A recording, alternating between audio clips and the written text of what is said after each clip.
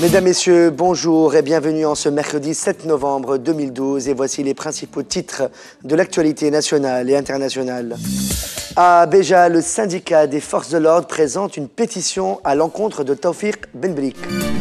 À Kérouan, un sit-in des parents devant l'école de Mhafez à cause du manque d'instituteurs.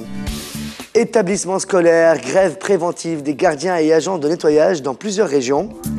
Le maire de Paris, Bertrand Delanoë, offre à la Tunisie des équipements de propreté.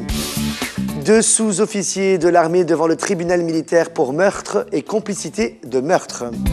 Et à l'étranger, le Qatar serait le premier actionnaire de Shell.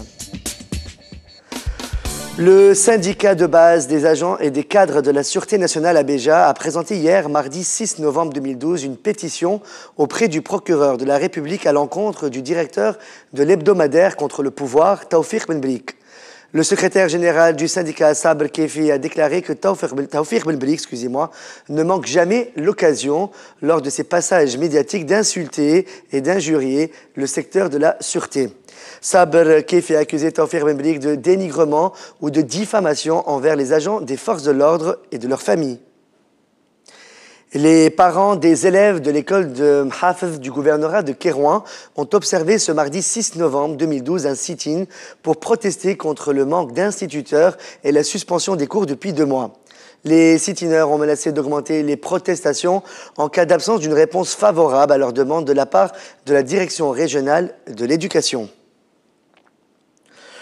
Un groupe d'avocats s'est rassemblé ce mardi 6 novembre devant le siège du tribunal de première instance de Médine pour demander au ministère de la Justice de nommer un nombre supplémentaire de magistrats dans les tribunaux de la région. Un des avocats en sitting a indiqué que les magistrats employés dans la circonscription de Médine sont débordés et demande au ministère de prendre des décisions révolutionnaires. Des agents de nettoyage et de gardiennage ont répondu hier, mardi 6 novembre, dans plusieurs régions du pays, à l'appel à une grève préventive lancée par le syndicat général de l'éducation. Les grévistes réclament la régularisation de leur situation professionnelle et l'augmentation des effectifs des agents dans les établissements scolaires et les directions régionales de l'éducation. Ils revendiquent également l'entame de négociations autour de leur statut et l'augmentation des primes de travail nocturnes.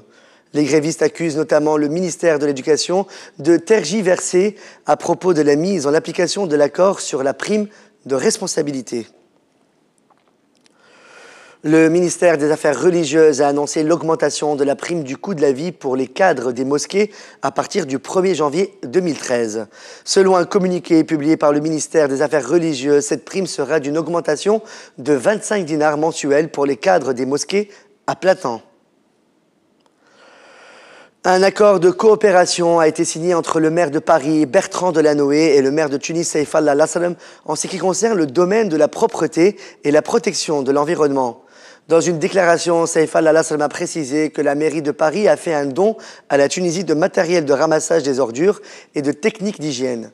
Il a aussi parlé de la possibilité de créer une école d'hygiène en Tunisie, ainsi que la formation des agents de propreté sur l'utilisation des équipements nécessaires. Nous avons pensé que le dossier de la propreté était un dossier qui supposait que l'on partage le savoir-faire, qu'on s'épaule.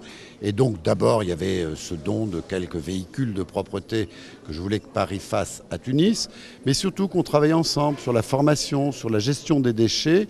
Et en plus, nous avons décidé de créer une école de la propreté qui permettrait de former des centaines d'agents à ce que sont les défis du XXIe siècle dans nos grandes villes, où on consomme plus, où on jette plus, où il y a parfois un petit peu d'incivisme, notamment à Paris, et où nous voulons offrir un service public municipal performant à Tunis comme à Paris. 2 sous-officiers de l'armée nationale ont été déférés aujourd'hui, mercredi 7 novembre 2012, devant le tribunal militaire de première instance de Tunis pour meurtre et complicité de meurtre du commissaire général de police Hatem Mouafaq.